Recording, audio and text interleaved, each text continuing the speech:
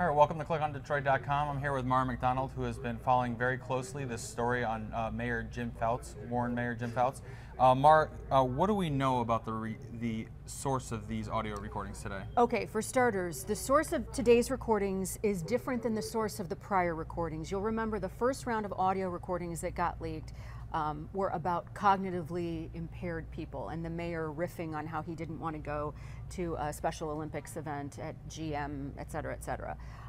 I heard the entirety of that conversation. I know who the source is of that leaked recording. Today's leaked recording is not from the same source. So what we have today is a different high-ranking city employee who recorded the mayor. And let's also add this, Ian.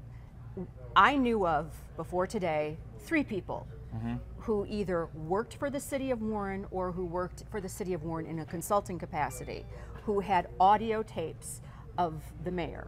Today's was a new one. I didn't know this one existed. Making 4 total that you know. So we now know that there are 4 former employees or contractors who have audio recordings of the mayor saying a variety of issues. Today he is going off on African Americans as well as saying some incredibly derogatory things about women.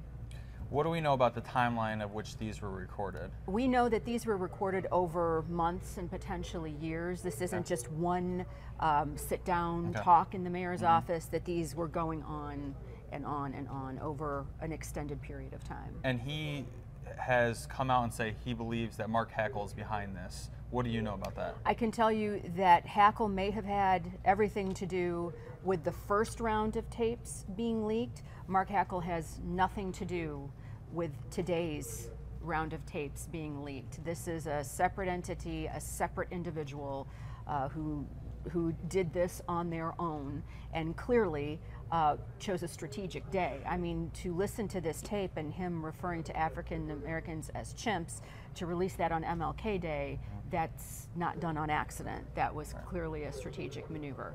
So we know that the source of these tapes different than the source of the first tapes. Okay. Thank you, Mara. Appreciate it.